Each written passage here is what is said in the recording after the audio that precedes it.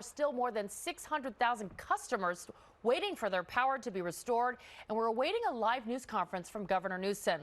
Let's begin with the current PG&E outage map. The wind is dying down. Good news, the red flag warning is basically expiring. PG&E working to get everyone back online. The primary concern during this high wind event that we just experienced was fire, and this one, two of them actually, one of them broke out late this morning in Brisbane. That's to the left of your screen, not far from SFO. Another fire on the right side of your screen overnight in Moraga near St. Mary's College. A neighborhood was forced to evacuate. Now, we mentioned Governor Newsom. He too was getting criticism for how this is all being handled. We're going to take you live to Mather Air Force Base in a few minutes outside of Sacramento. We'll cut to his news conference if we get it in from Governor Newsom when he steps to the podium. But right now we have team coverage across the Bay Area where many cities are getting the power back on. Let's begin with NBC Bay Area's Robert Honda. He's live in San Jose with what the situation is there. Robert, how's it looking?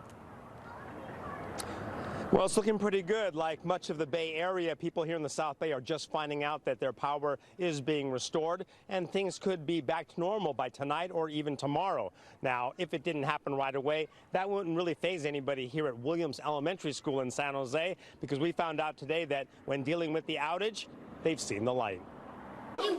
What could be more appropriate for a classroom dealing with a power outage than a lesson on making a light bulb? That's what Shauna Shelley's fourth grade class at Williams Elementary School did today as it dealt with the PG&E shutoff.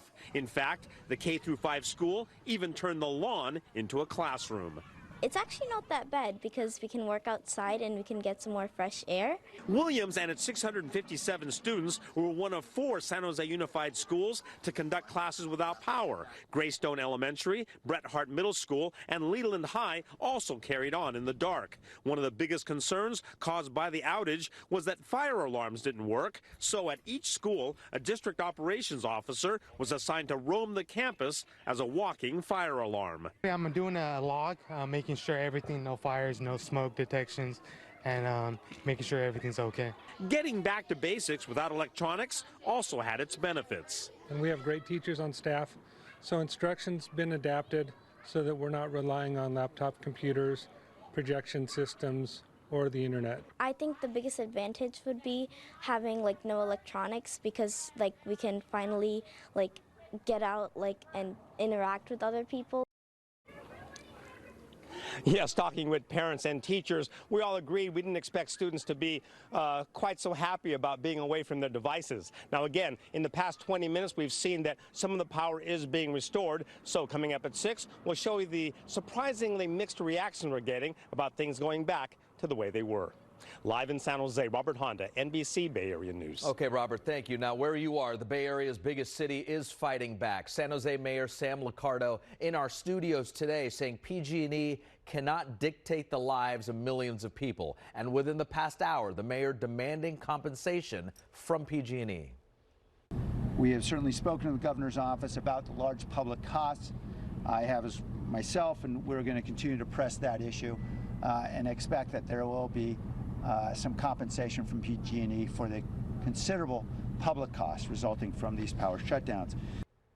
The mayor says the shutoffs have already cost San Jose $500,000 in overtime costs for city workers. At one point earlier today, there were 68 traffic signals without power in San Jose alone. At this hour, it's down to just 4. Janelle. Yeah, power is coming back on as we speak, Raj, but this is the PG&E outage map right now. You can get it on their website, and it's showing you where the outages are. You can see there's sporadic outages around the Bay Area. The red areas is where a lot of people still have their power out. You can see large portions of Sonoma, also Napa County have their power out. Let's go to the East Bay. Over here in the Berkeley area, still the Piedmont area, parts of Skyline High, still without power. Also Moraga, but we're just getting word from one of our viewers in Lafayette that the power just came back on down there in the Lafayette area. And then if we go down to the South Bay, we're going to show you here, if I can move this map a little bit.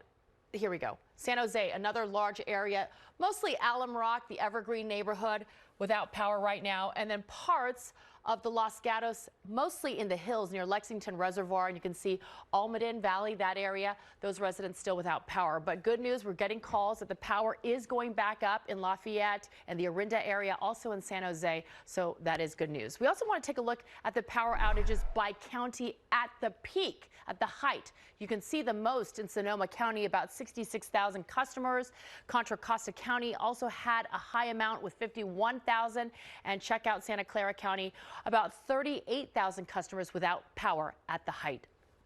An alarming sight near SFO. We mentioned that fire in the hills above Brisbane and South San Francisco. Take a look here. You can see some fire retardant being dropped there. It burned dangerously close to a lot of homes. Of course, this was all driven by the wind. You can see the smoke going that direction. NBC Bay Area's Scott Budman is in Brisbane for us, where fire crews are still on site. Scott. Yeah, Raj, behind me, a partially charged San Bruno mountain, where today the quick work of firefighters kept that fire to just about 11 acres. But even that was enough to make some neighbors nervous. Shortly after the fire broke out around 11 o'clock, firefighting helicopters started to drop water, working to protect nearby homes on the hill. I live at the bottom of the hill. Nadia Atik is one of many who benefited from the quick response. And they were all, I think, just trying to figure out how to go about it. And then all of a sudden, they just headed up there and started dumping the chemicals from the helicopter. Fast enough to keep homes in the clear. The Nextdoor app, we saw that there were some voluntary evacuations on just random streets, probably close to the fire. And then, we were standing out there for about 30 minutes. There were no evacuations, just an evacuation warning was issued that people may have to evacuate. And we did have our Brisbane Police Department and other law enforcement here as well on the ready if we did have to do that. Good news for those who live nearby. It seems like they're getting it contained. With everyone's minds on fire prevention. And the wind is working in our favor. The wind is blowing up the hill.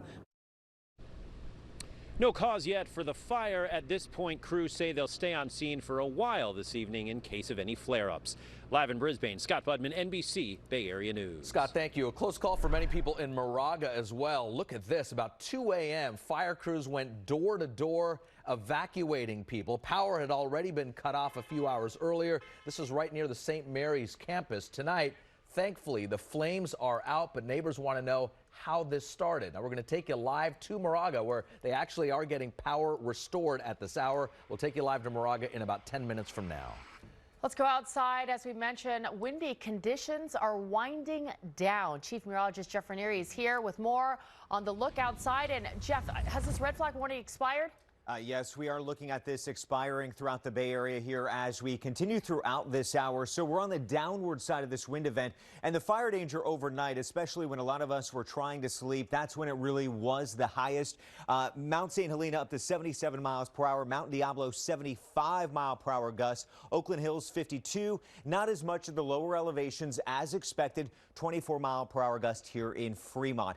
So through tonight, I wanted to show you 7 p.m. winds only 5 to about 13 miles per hour as this event is starting to finish. So tonight I only see gusts up to about 20 miles per hour, but now the wind moves down towards Southern California. Coming up in about 15 minutes, we'll take a look at the Southern California wildfire threat and also a detailed look at our warmer temperatures over the next couple of days. Again, I'll see you in about 15 minutes. Okay, Jeff, you just mentioned Southern California. Here it is. This is a statewide event. There is a fire down there right now. This is from our NBC chopper in Riverside County in the area of Moreno Valley. You can see this is live pictures here now. There were a lot of flames and smoke. The helicopter taking an aerial view now. There's a lot of flames and smoke in this neighborhood. It burned around 400 acres already. Firefighters say the high winds are fanning the fire. There you can see from just a short while ago those dense flames and smoke in the Riverside County area in Southern California, and this is ongoing. Okay, let's go back to the power outages, and Governor Gavin Newsom is speaking right now. Let's listen in. Questions, give you an update. I know PG&E will be providing an update, I believe, at 6 o'clock tonight as well. We just got off the phone with Bill Johnson, the current CEO of PG&E, and I have been up and down this state. I was in Oakland 2 days ago. I had a chance to go down to San Diego. I was in LA today Merced Turlock, now here with you, assessing not only the situation here in Northern California, but assessing what invariably will be conditions that will take shape in the next 48 hours in Southern California. Southern California is not immune to the kind of conversations most of us here in the northern part of the state have experienced. Let me just make something crystal clear from the top. This is amplifying some of my earlier comments in Oakland and in San Diego and Los Angeles. It's decisions that were not made that have led to this moment in PG&E's history and the state of California as it relates to our major investor-owned utility. It is not conditions. This is not, from my perspective, a climate change story as much as a story about greed and mismanagement over the course of decades. Neglect, a desire to advance not public safety but profits. Over the course of years and years and years, the kind of hardening of the grid was not done. Those were decisions that were made by Pacific Gas and Electric. They chose not to modernize their grid over the course of many, many years. It led to their own demise. It led to bankruptcy. It led to a series of events that culminated literally weeks before I had the privilege of being sworn in as governor of the state of California. You may recall I took not the oath of office, but I took over as acting governor of the state of California the day after my election as lieutenant governor in that position when Governor Brown was out of office, when we were receiving word about a fire in Northern California, later commonly referred to as the Camp Fire. Learned more hours later about a fire in Southern California, the Woolsey Fire. It led to a sense of deep urgency. This now the second year, last year and the year prior, record number of devastating forest fires, brush fires, fires that, as we know, but did not know at the time, were directly caused by neglect and decisions by major investor-owned utilities.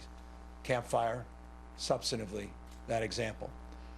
We, as a consequence of that, led an effort that culminated here with an hour-long presentation, detailed presentation of how we were laying out and scoping not just the problem, but framing a strategy of solutions. We laid out a framework on environmental commitments we were making. We put together a wildfire mitigation strategy. We talked in terms of how we can get our largest investor-owned utility out of bankruptcy and do it with a sense of urgency. And I made it clear to the legislature we couldn't wait till after the summer.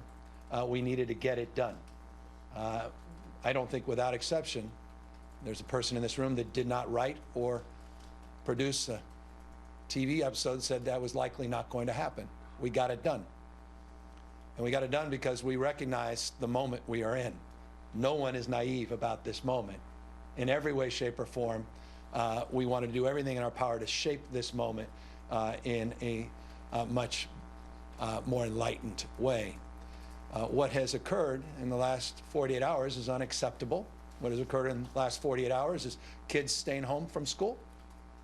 You know, parents that can't bathe their kids, folks that come home from work, can't even find a way to get into their garage. You've got people that can't even access water or medical supplies. We're seeing a scale and scope of something that no state in the 21st century should experience. What's happened is unacceptable, and it's happened because of neglect. It's happened because of decisions that were deferred, delayed, or not made by the largest investor-owned utility in the state of California and one of the largest in the nation. So we are doing everything in our power to get through this moment, and so I want to talk briefly about that. We, as you know, and you'll learn more from PG&E later this evening, we are now moving from turning off the lights to turning on the lights. PG&E is now in that mode of assessment. They are now looking to turn back the lights, but it requires them to inspect thousands of miles of line before they do that. We are supplementing those efforts and providing. You're listening live to Mayor Gavin Newsom there near Sacramento. Live news conference, really trying to stay ahead of this story and take control of the narrative. This is a delicate time for the governor. As you remember, back in 2001, Governor Gray Davis took a lot of criticism for the PG&E issue. So Governor Newsom now saying this is not a climate story. This is a story about greed and mismanagement, taking direct shots at PG&E. Yeah, he called it unacceptable and says there was neglect on part of the utility.